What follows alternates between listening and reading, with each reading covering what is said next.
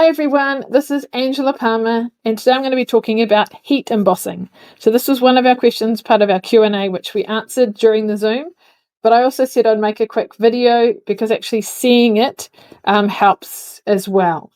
So if we are heat embossing, we need some basic tools. We obviously need some Versamark ink, some embossing powder, and then a heat tool, and obviously the stamp that you're going to stamp with, and some cardstock. So one of the important things is the surface that you are going to stamp on. So if you've got a glass mat, that would be great to use, or otherwise something like a paper piercing mat is a nice good surface to stamp on, particularly if you've got a photopolymer stamp.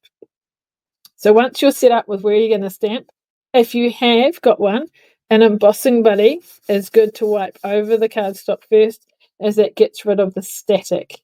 Then you're going to ink it with Versamark ink. So make sure that your ink pad is nice and inky, because if it's dried up, then it's not going to stick too well. You can get an ink refill, so they are good if it is starting to dry up. So then you want to ink up your stamp and stamp it carefully. So you want to press down, hold it. You don't want to push too hard, otherwise it'll really squish into the image. Now you want to work reasonably quickly so it doesn't dry.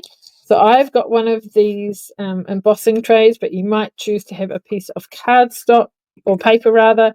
And so when you tip on your embossing powder, any excess you can just tap off onto something else. You may like to give it a little flick, flick, flick to remove any of the excess. If you've got a little brush to brush off any bits that you don't want, depends if you're cutting it out or if you are using it as it is. So then you can put that aside. I'll show you how to put that away afterwards. And we are going to heat this up. So for most things, you can just use the second setting. If it was vellum or something, then I would turn it down and do lower. So you'll see it go from sort of a matted look and become shiny as the embossing powder melts. Now, when you're using it for the first time, it's going to take a bit longer to heat up, which it is now, but then it will suddenly take off. There we go. It's starting to change colour. Can you see that? Here we go. So make sure you get all the letters because you don't want just a little bit missing. Go to finish off that G, and all the G is done. And we don't want to do it too long because we don't want it to burn either. So there is our embossed image. So I've got this tray, so what I can do is tip the excess back in. You may have paper that you want to use and tip back in as well. Now, if you're punching it out or cutting it out, I wouldn't do it straight away. Just let the, although we've heated it, you want to make sure that it has dried and it isn't, slightly soft. So give it a chance to dry. You may like to use some tweezers if it's a small piece to help hold it when you're heating it so you don't burn your hands as well.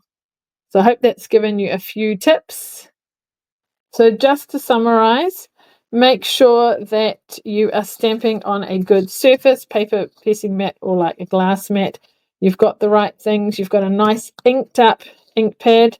When you're stamping, first of all, you want to wipe it with the embossing buddy, stamp it with that, press carefully, let it hold, but don't squish it down, and then sprinkle over your powder, and then heat it to set it. And don't cut it out or die cut it too soon. Just make sure the embossing powder has enough time to kind of set. So I hope you found this useful, and why not give it a go? Heat embossing is one of my favorite techniques. I hope you enjoy it too. Thanks for watching.